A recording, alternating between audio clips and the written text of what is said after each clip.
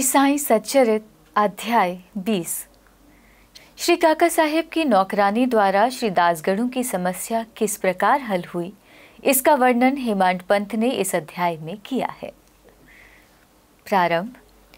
श्री साईं मूलतः निराकार थे, परंतु भक्तों के प्रेमवश ही वे साकार रूप में प्रकट हुए। माया रूपी अभिनेत्री की सहायता से इस विश्व की वृहत नाट्यशाला में उन्होंने एक महान अभिनेता के सदृश अभिनय किया।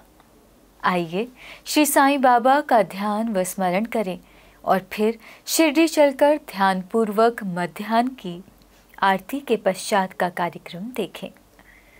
जब आरती समाप्त हो गई, तब श्री साईं बाबा ने मस्जिद से बाहर आकर एक किनारे खड़े होकर बड़ी करुणा तथा प्रेम के साथ भक्तों को विभूति वितरण की। भक्तगण भी उनके समक्ष खड़े होकर उनकी ओर निहार कर चरण छूते और विभूति वितरण का आनंद लेते थे। बाबा दोनों हाथों से भक्तों को ऊदी देते और अपने हाथ से उनके मस्तक पर ऊदी का टीका लगाते थे। बाबा के हृदय में भक्तों के प्रति असीम प्रेम था। वे भक्तों को प्रेम से संबोधित करते, ओ भाव, अब जाओ, भोजन कर लो। अन्ना, तुम भी अपने घर जाओ। बापू, तू भी जा और भोजन कर। इस प्रकार वे प्रत्येक भक्त से संभाषण करते और उन्हें घर लौटाया करते थे। हाँ, क्या दिन थे वे, जो अस्त हुए तो ऐसे कि फिर इस जीवन में कभी ना मिलें। यदि तुम कल्पना करो तो अभी भी उस आनंद का अनुभव कर सकते हो। अब हम साईं की आनंदमयी मूर्ति का ध्यान कर नम्रता और प्रेम और आदर पूर्वक उनकी चरण वंदना कर इस अध्याय की कथा का आरंभ करते हैं। ईशोपनिषद। एक समय श्री दासगढ़ू ने ईशोपनिषद पर टीका लिखना प्रारंभ किया। वर्णन करने से पूर्व उपनिषद का संक्षिप्त परिचय भी देना आवश्यक है। इसमें वैदिक संहिता के मंत्रों का समावेश होने के कारण इसे मंत्रोपनिषद भी कहते हैं और साथ ही इसमें यजुर्वेद के अंतिम यानी कि 40वें अध्याय का अंश सम्मिलित होने के कारण ये वाजसनेयी संहितोपनिषद के नाम से भी प्रसिद्ध है। वैदिक संहिता का समावेश होने के कारण इसे अन्य उपनिषदों की अपेक्षा श्रेष्ठतर माना जाता है, जो कि ब्राह्मण और आरण्यक अर्थात मंत्र और धर्म इन विषयों के विवरणात्मक ग्रंथ की कोटि में आते हैं। इतना ही नहीं, अन्य उपनिषद तो केवल ईशोपनिषद में वर्णित गूढ़ तत्वों पर ही आधारित टीकाएं हैं। पंडित सातवलेकर द्वारा रचित बृहदारण्यक उपनिषद एवं ईशोपनिषद की टीका प्रचलित टीकाओं में सबसे श्रेष्ठ मानी जाती है। Professor R.D. रांडे का कथन है कि ईशोपनिषद एक लघु उपनिषद होते हुए भी उसमें अनेक विषयों का समावेश है, जो एक असाधारण अंतर्दृष्टि प्रदान करता है। इसमें केवल 18 श्लोकों में ही आत्म तत्व वर्णन, एक आदर्श संत की जीवनी जो आकर्षण और कष्टों के संसर्ग में भी अचल रहता है, कर्मयोग के सिद्धांतों का प्रतिबिंब जिसका बाद में सूत्रीकरण किया गया, तथा ज्ञान और कर्तव्य के पोषक तत्वों का वर्णन है, जिसके अंत में आदर्श, चमत्कारिक और आत्म संबंधी गूढ़ तत्वों का संग्रह है। इस उपनिषद के संबंध में संक्षिप्त परिचय से स्पष्ट है कि इसका प्राकृत भाषा में वास्तविक अर्थ सहित अनुवाद करना कितना दुष्कर कार्य है। श्री दासगढ़ू ने ओवी छंदों में अनुवाद तो किया, परंतु उसके सार तत्व को ग्रहण न कर सकने के कारण उन्हें अपने कार्य से संतोष न हुआ। इस प्रकार असंतुष्ट होकर उन्होंने कई अन्य विद्वानों से शंका निवारणार्थ परामर्श और वाद विवाद भी किया, परंतु समस्या पूर्ववत जटिल ही बनी रही और संतोषजनक भावार्थ करने में कोई भी सफल न हो सका। इसी कारण श्री दासगढ़ू बहुत ही असंतुष्ट हुए। केवल सद्गुरु ही अर्थ समझाने में समर्थ। यह उपनिषद वेदों का महान विवरणात्मक सार है। इस अस्त्र के प्रयोग से जन्म मरण का बंधन छिन्न भिन्न हो जाता है और मुक्ति की प्राप्ति होती है। अतः श्री दासगणु को विचार आया कि जिसे आत्म साक्षात्कार हो चुका हो, केवल वही इस उपनिषद का वास्तविक अर्थ कर सकता है। जब कोई भी उनकी शंका का निवारण ना कर सका, तो उन्होंने शिरडी जाकर बाबा के दर्शन करने का निश्चय किया। जब उन्हें शिरडी जाने का शुभ अवसर प्राप्त हुआ, तो उन्होंने बाबा से भेंट की और चरण वंदना करने के पश्चात उपनिषद में आई हुई कठिनाइयां उनके समक्ष रखकर उनसे हल करने की प्रार्थना की।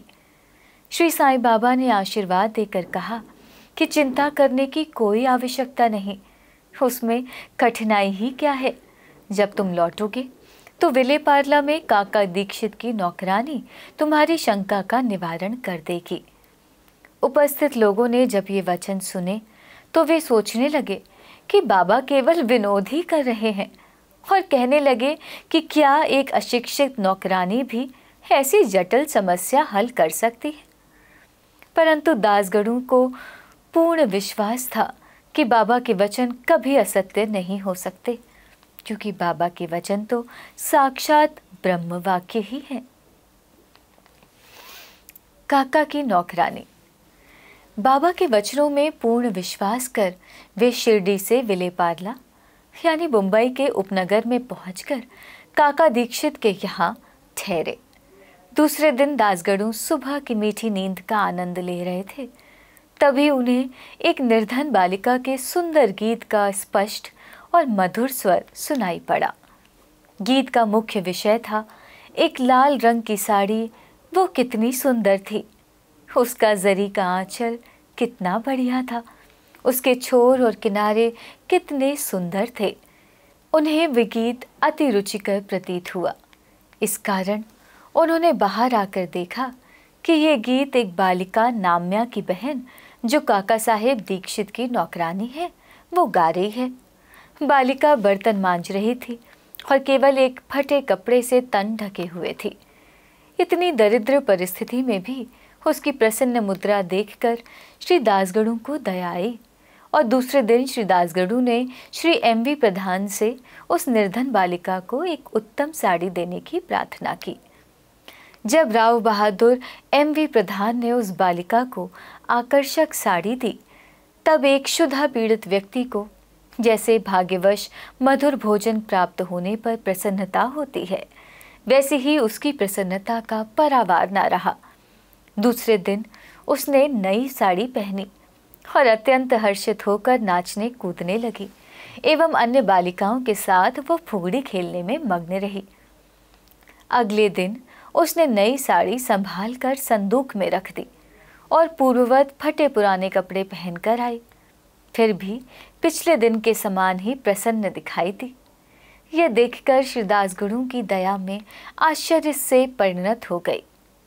उनकी ऐसी धारणा थी कि निर्धन होने के ही कारण उसे फटे चिथड़े कपड़े पहनने पड़ते हैं, परंतु अब तो उसके पास नई साड़ी थी जिसे उसने संभाल कर रख लिया और फटे कपड़े पहनकर भी उसी गर्व का आनंद का अनुभव करती रही। उसके मुख पर दुख या निराशा का कोई निशान भी नहीं था। इस प्रकार उन्हें अनुभव हुआ कि दुख और सुख का अनुभव केवल मानसिक स्थिति पर निर्भर है। इस घटना पर गूढ़ विचार करने के पश्चात वे इस निष्कर्ष पर पहुंचे कि भगवान ने जो कुछ भी दिया है उसी में समाधान वृत्ति रखनी चाहिए और यह निश्चय पूर्वक समझना चाहिए कि वो सब चराचर में व्याप्त है और जो भी उसकी दया से प्राप्त है वो अपने लिए अवश्य ही लाभप्रद होगी। इस विशिष्ट घटना में बालिका की निर्धनावस्था, उसके फटे पुराने कपड़े और नई साड़ी देने वाला तथा उसकी स्वीकृति देने वाला, ये सब ईश्वर द्वारा ही प्रेरित था। श्री दासगणु को उपनिषद के पाठ की प्रत्यक्ष शिक्षा मिल गई, अर्थात जो कुछ अपने पास है उसी में समाधान वृत्ति माननी चाहिए। सार ये है कि जो कुछ होता है सब उसी की इच्छा से नियंत्रित है, अतः उसी में संतुष्ट रहने में हमारा कल्याण है। अद्वितीय शिक्षा पद्धति। उपर्युक्त घटना से दर्शकों को अवविदित होगा कि बाबा की शिक्षा पद्धति अद्वितीय और अपूर्व थी। बाबा शिरडी के बाहर कभी नहीं गए, परंतु फिर भी उन्हें किसी को मच्छिंद्रगढ़, किसी को कोल्हापुर या सोलापुर साधनाओं के लिए भेजा। किसी को दिन में और किसी को रात्रि में दर्शन दिए, किसी को काम करते हुए तो किसी को निद्रावस्था में दर्शन दिए और उनकी इच्छाएं पूर्ण की। भक्तों को शिक्षा देने के लिए उन्होंने कौन कौन सी युक्तियां काम में लाई, इसका वर्णन करना असंभव है। इस विशिष्ट घटना में उन्होंने श्री दासगढ़ू को विलेपार्ले भेजकर वहां नौकरानी द्वारा समस्या हल कराई। जिनका ऐसा विचार हो कि श्री दासगढ़ू को बाहर भेजने की आवश्यकता ही क्या थी, क्या वे स्वयं नहीं समझा सकते थे? उनसे मेरा ये कहना है कि बाबा ने उचित मार्ग ही अपनाया, अन्यथा श्री दासगढ़ू किस प्रकार एक अमूल्य शिक्षा उस निर्धन नौकरानी व उसकी साड़ी द्वारा प्राप्त करते, जिसकी रचना स्वयं साईं ने की थी। ईशोपनिषद की शिक्षा। ईशोपनिषद की मुख्य देन नीति शास्त्र संबंधी उपदेश है। हर्ष की बात है कि इस उपनिषद की नीति निश्चित रूप से आध्यात्मिक विषयों पर आधारित है, जिसका इसमें वृहद रूप से वर्णन किया गया है। उपनिषद का प्रारंभ ही यहाँ से होता है कि समस्त वस्तुएं ईश्वर से ओतप्रोत है। यह आत्म विषयक स्थिति का भी एक उपसिद्धांत है, और जो नीति संबंधी उपदेश उससे ग्रहण करने योग्य हैं वो ये हैं कि जो कुछ ईश कृपा से प्राप्त है उसमें ही आनंद मानना चाहिए और दृढ़ भावना रखनी चाहिए कि ईश्वर ही सर्वशक्तिमान है और इसलिए जो कुछ उसने दिया है वो ही हमारे लिए उपयुक्त है। यह भी उसमें प्राकृतिक रूप से वर्णित है कि पराये धन की तृष्णा की प्रवृत्ति को रोकना चाहिए। सारांश ये है कि अपने पास जो कुछ है उसी में संतुष्ट रहना, क्योंकि यही ईश्वर की इच्छा है। चरित्र संबंधी द्वितीय उपदेश ये है कि कर्तव्य को ईश्वर इच्छा समझते हुए जीवन व्यतीत करना चाहिए, विशेषता उन कर्मों को जिनको शास्त्र में वर्णित किया गया है। इस विषय में उपनिषद का कहना है कि आलस्य से आत्मा का पतन हो जाता है और इस प्रकार निरपेक्ष कर्म करते हुए जीवन व्यतीत करने वाला ही अकर्मण्यता के आदर्श को प्राप्त कर सकता है। अंत में कहा कि जो सब प्राणियों को अपना ही आत्मस्वरूप समझता है तथा जिसे समस्त प्राणी और पदार्थ आत्मस्वरूप हो चुके हैं, उसे मोह कैसे उत्पन्न हो सकता है? ऐसे व्यक्ति के दुख का कोई कारण नहीं हो सकता। सर्वभूतों में आत्मदर्शन ना कर सकने के कारण भिन्न भिन्न प्रकार के शोक, मोह और दुखों की वृद्धि होती है।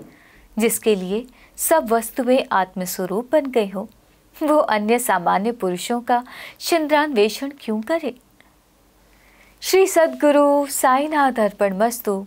शुभम भवतु।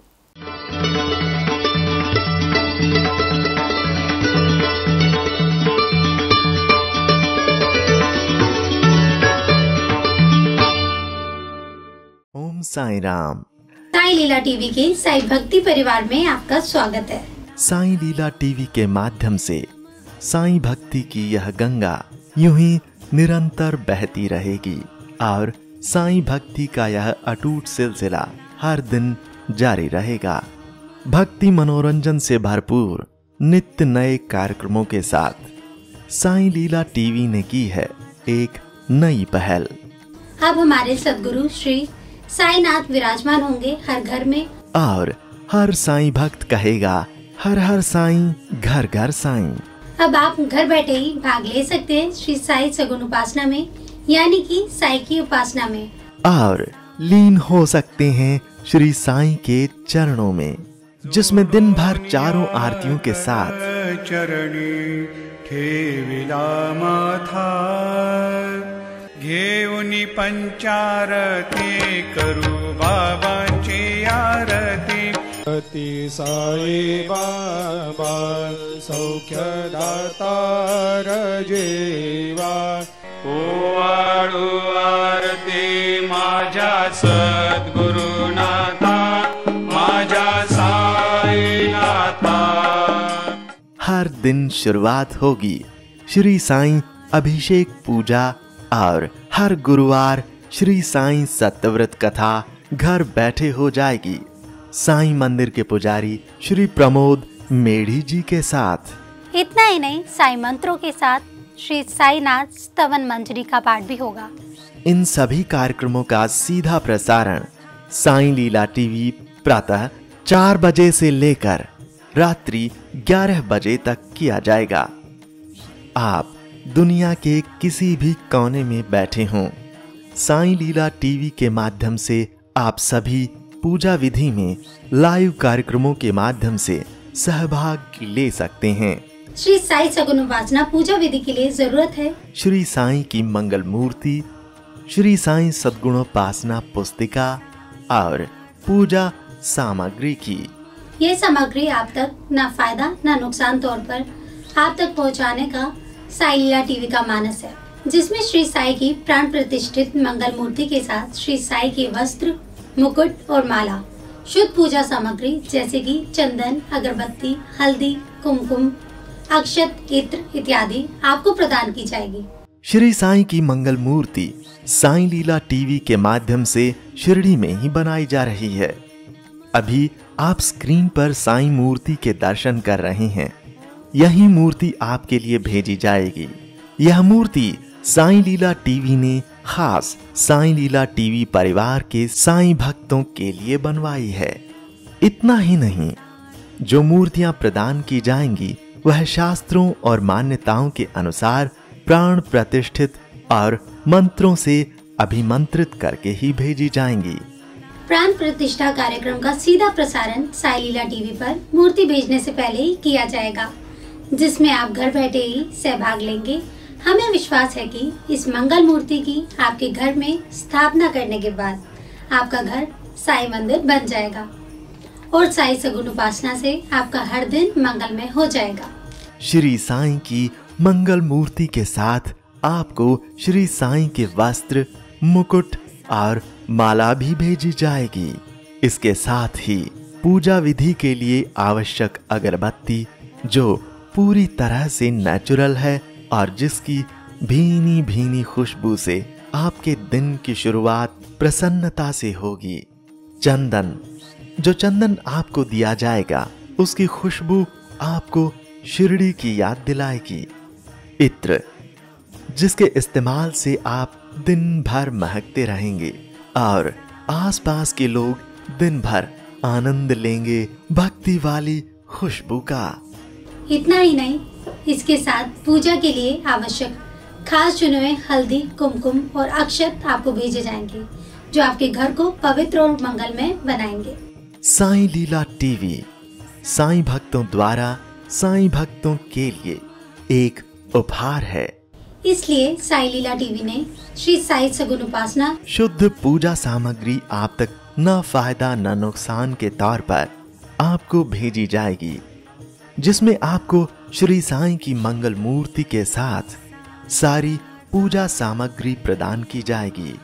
जुड़िए श्री साई सगुन उपासना लाइव कार्यक्रम में साई लीला टीवी के साथ और श्री साई सगुन उपासना शुद्ध पूजा सामग्री के संबंध में अधिक जानकारी के लिए संपर्क करें, कॉल करें या व्हाट्सएप करें 8799773196 पर। आप हमें ईमेल भी कर सकते हैं saililatv@gmail.com पर। जारी रहेगा साईं भक्ति का अटूट सिलसिला। बस देखते रहिए साईं लीला।